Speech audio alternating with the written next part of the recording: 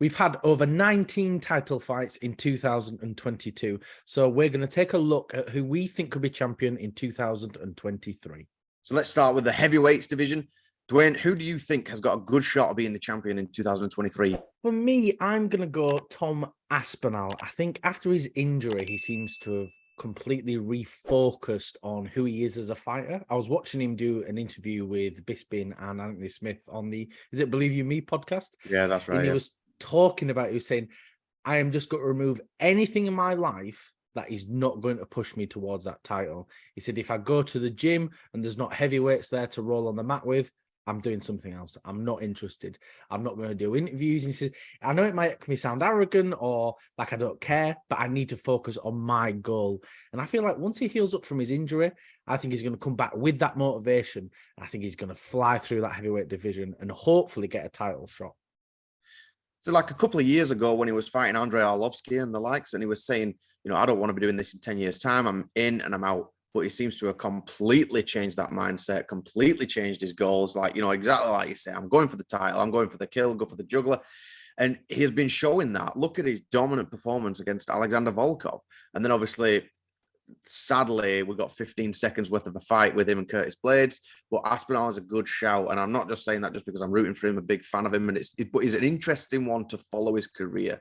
I'm actually going to go for maybe a slightly more low-hanging fruit option. I'm going to go for Big Sergey. I'm not going to try and pronounce his last name. Big Sergey. Look at the storm he's been making, Dwain. Look at the storm. You tune in because you know his fights are going to be just devastating. I mean, we've got a questionable early stoppage against Derek Lewis, but with to get tied to Ivasa out there in under a minute is insane, to be honest. And the guy's likable.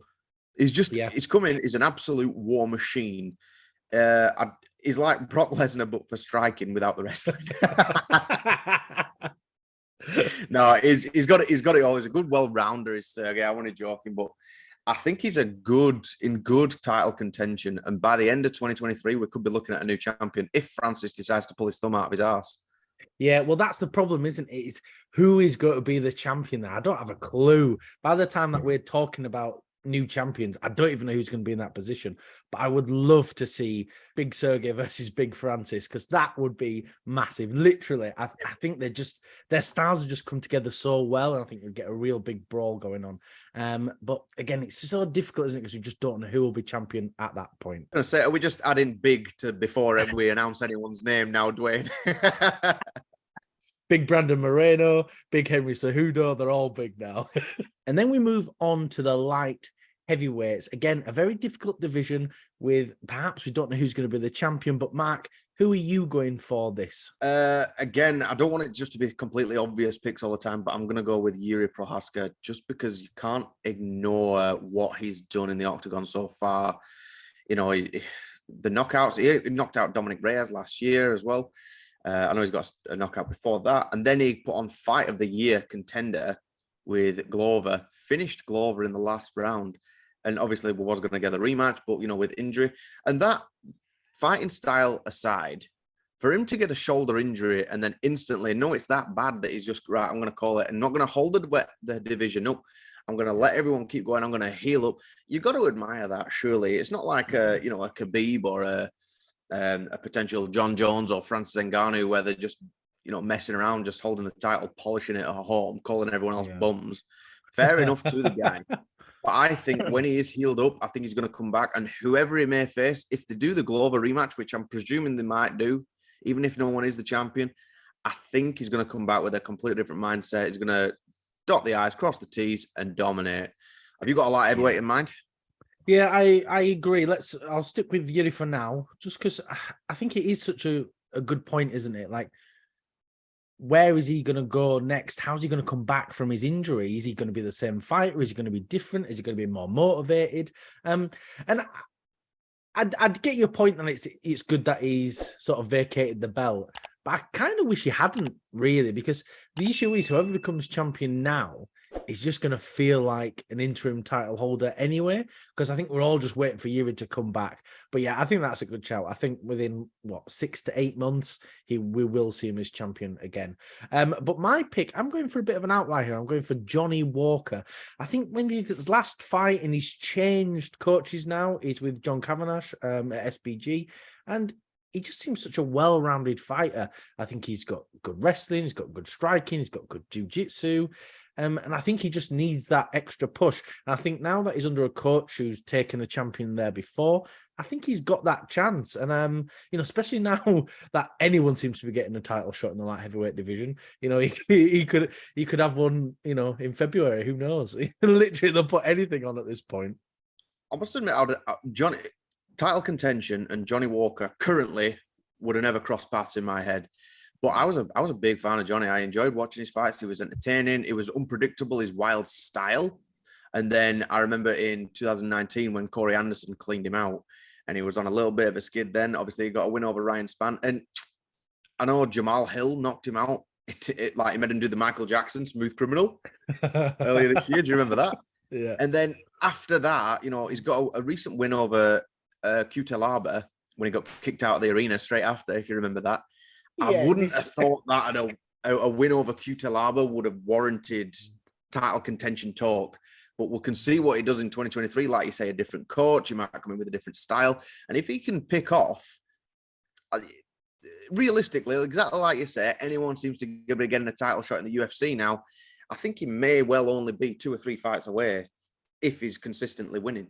Then we come into the middleweight division. Now, obviously, with the championship recently changing hands from Israel Adesanya to Alex Pereira, that really does shake everything up a bit. Dwayne, who's your pick? I'm going for Robert Whittaker, because I feel like, with Izzy, he's such a dominant champion, or has been such a dominant champion. But Alex just seems to, really have his number, whereas everyone else, I think, can beat Alex Pereira. And I think Whittaker is his kryptonite for sure. He's such a well-rounded fighter. He's like, I know I said it last time, but he's got fantastic wrestling, fantastic striking, great ring IQ. I think he does Alex in very, very early. I think it's a complete domination. And I think if Izzy doesn't fight for the title next, I think it'll be Whittaker. I mean, I would love to see Whittaker become the champion again. Obviously, I don't really have many favorites, but it's someone that I always tune in for, always excited to see. I think Izzy definitely gets the nod for the next in line for the title contention with how dominant a champion as he is. Yeah. But I'm going to go for one that's maybe a little, you might laugh a little bit. I'm going to go for Marvin Vettori. And I know Israel's beat him twice as the champion. Rob Whittaker's beat him. And I mean, I'm just talking myself out of actually picking him right now. But you look at what he can do. The guy is like a brute. I mean, if he can control his anger issues, he is genuinely really up there with, he's got a lot of skill. Yeah. But in saying that, though, I've probably got to agree with you in the sense of Robert Whittaker, because you look at that fight with Marvin and Rob, and Marvin didn't have a lot for him. I actually predicted that Vettori would beat Robert Whittaker, which broke my heart in two. But then, it was sewn back together when Rob it made it look somewhat not easy, but it didn't look tired. It didn't look like he were out of it at all. No, it was a stroll in the park for Rob, wasn't it? But it's like I said before. I think a lot of these, top 5 guys can beat Alex, not easily, but I think they can really out MMA the kickboxer. And don't forget, Vittori's got a granite chin, and he's a pretty good wrestler. He's a decent grappler, and I think he can really give Pereira some problems there. So if he can get a win next year, he could easily move up into that title picture. And now we move on to welterweight. Again, it's another difficult division because we'd all assume that Kamaru Usman is going to get a title shot next, but there's rumors that he's out with a broken hand or hand surgery, I believe. So it makes it a little bit trickier. So, Mark, who do you think could be champion next year? I'm on this train and I don't really want to be. I'm going to have to go with Khamzat Chimaev. I know he missed weight massively in his last supposed just fight. a little bit. Yeah, against Diaz, but a moment on the lips, lifetime on the hips, that. But I think he's really gonna polish that. He's really gonna come around. I mean, is just so big. He walks around like a light heavyweight, and I think he could probably beat a lot of them in the welterweight division. Maybe I'm getting a little bit OTT here because, he hasn't really, his last ranked fight at welterweight was Gilbert Burns, and it didn't look easy for him at all. No. Even said after, really tough guy, durable. But I think just because there's a big hype train, I think they're going to put a rocket to his back and give him another chance at the welterweight gold. I think it's worth that risk of him potentially missing weight in order to get him as the champion. Yeah, I agree. I think the issue, though, with Khamzat is his biggest, worst enemy. We always say if he can control his anger, if he can control his cardio, if he can control his weight, he is champion material.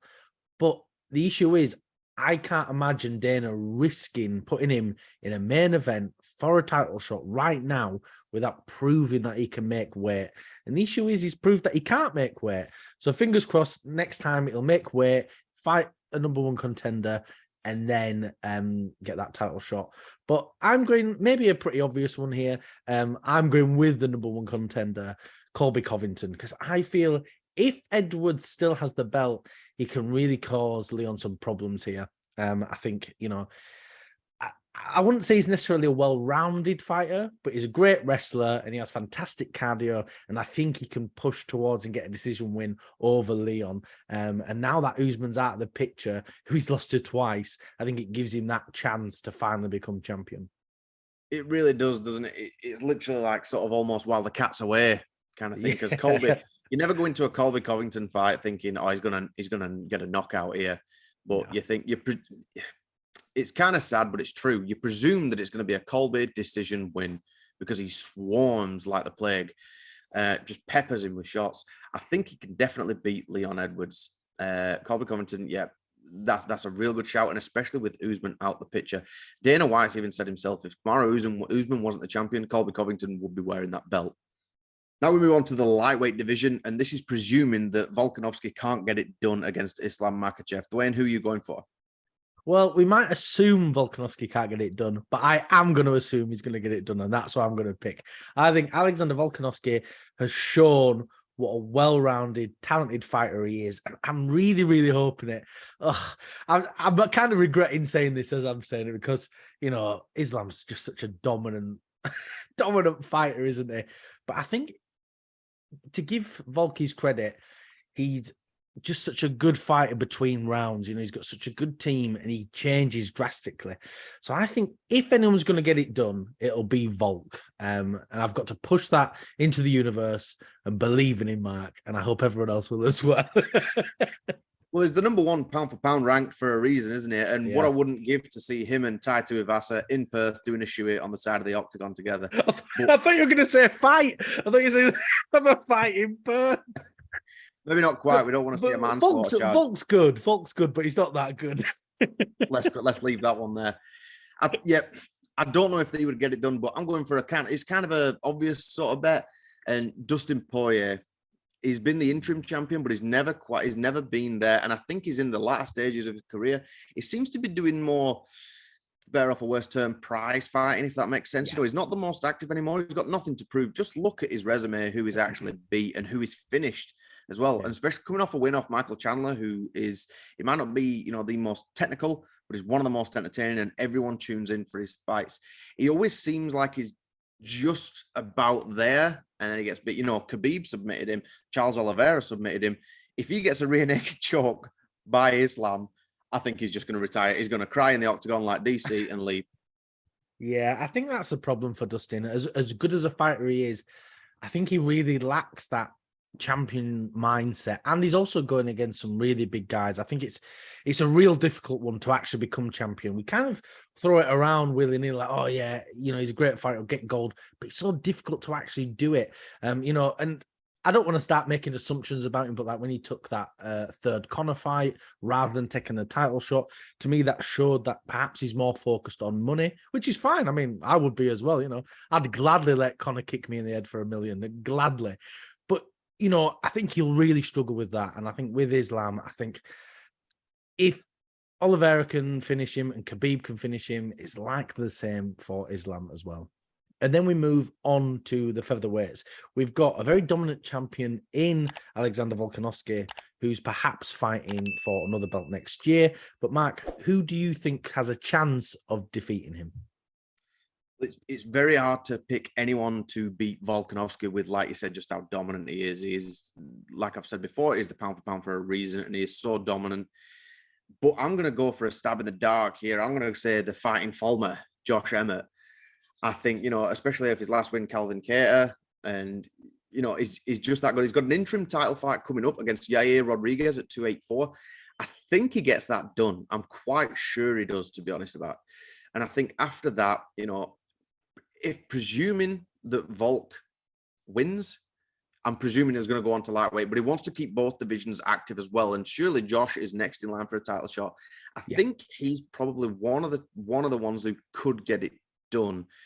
But it's strange, that featherweight division. We spoke about it before, because obviously there's Volk, Max, everyone else. So it seems. So it seems so far. Yeah, 100%. And it's great to see Josh Emmett finally getting pushed into that title picture. He's been around a long time. He's a great fighter. And I think it's a good shout. And I really hope he can beat Yair and move up and fight Volk next year.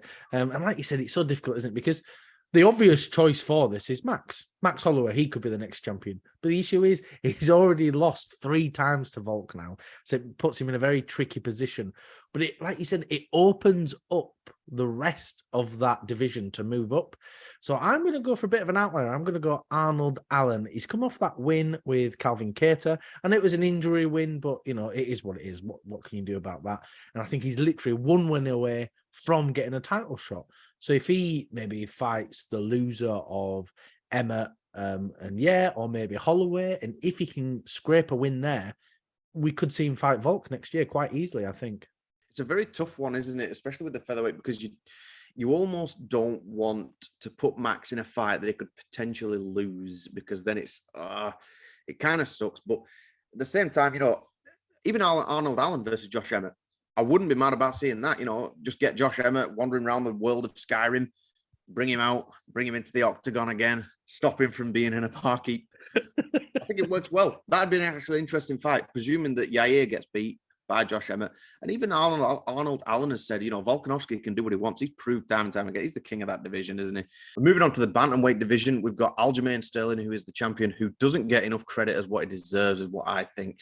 But there's rumors of, a fight circulating with him and Henry Cejudo, the return of the king of cringe, which actually, Dwayne, coincidentally, is my pick. I think Henry's going to come back. He's focused. He retired too early. We've spoke about this before, that, I think it was a big mistake, wanting a bit more money, getting a little bit greedy. But I think he's coming back in this division to prove that he's still the king. And I think he will beat Aljamain Sterling. I think he's going to walk home with the gold and remain the champion throughout the remainder of 2023. Yeah, well, it's something that really could happen. Cejudo is such a talented fighter, isn't he? Triple C could come back and he could really take Aljamain around the ringer and really give him some problems. But it's difficult, isn't it? I'm not even sure that Dana would give him a title shot again. What's he going to do? Come back, beat his champion, and then retire again? Is that his next plan? Mic drop moment. Yeah, but Dana would be fuming, wouldn't he? Be so pissed off. And I'm not sure if he's willing to take that chance, but he really could. But someone I think he could take a chance on is Sean O'Malley. That's, it's between him and Paddy and Conor for his favourite fighter, So I think he'll definitely push O'Malley for that title shot, especially after his win against Jan. And I feel like poor O'Malley, I feel like if he'd have lost to Piotr Jan, he'd have probably got more respect than he's getting now. But because he got the win, everyone hates him even more now, which seems a bit unfair. I'm not sure if he can beat Aljo really, especially after how easily Jan took him down. But Jan came forward and did the takedowns in the middle of a striking exchange, whereas I think Aljamain won't be able to do that. I think he'll have to get him real close. And I think if he does, Sean could maybe finish him. Well, I think Sean's definitely proved that he does belong there, whether he won or lost. that fight. I think he's definitely proved that he does belong at the top, and it shut everyone up who's saying he's only fought cans and he can only fight cans, that kind of thing. You know, we spoke about this. It's what you do. You work your way up the rankings. He wasn't even ranked, and everyone's comparing him to the bloody champion. Why? But Sean's one of them. He's lucky in the sense that every time he farts, he makes $1. So it does sell for him and Aljamain to have a fight. It almost be like a super fight. Yeah, it's yeah, it's a fight that I'd definitely sell well. I think Sean O'Malley, he's got the fans behind him, he's got Dana behind him, and you know, he really could be a champion, and he could be another big face for that division and for the UFC as a whole. And then we move on to the flyweight division that seems to be in constant limbo with Figueiredo and Brandon Moreno just fighting each other on loop. But I want to see someone new come up and fight for this title. So, Mark, who do you think has a chance of becoming champion next year? Well, like you said, if you remove that force field of Brandon and Figgy fighting for the 100th time, which I wouldn't be mad at, by the way, all three have been crackers, and we're getting a fourth fight for the first time ever in January. But I'm going to go for Kai Kara France. I know he's just come off a loss to Brandon Moreno, but he was in that, if this makes sense, he was in that fight all the way up until he wasn't, if that makes a complete sense. I completely When you look understand. at Kai Kara, he's proved that he does belong there. He proves that he is championship contender. Look at him at UFC 269, knocked out Cody Garbrandt in the very first round. He proved his takedown defense. It was insane.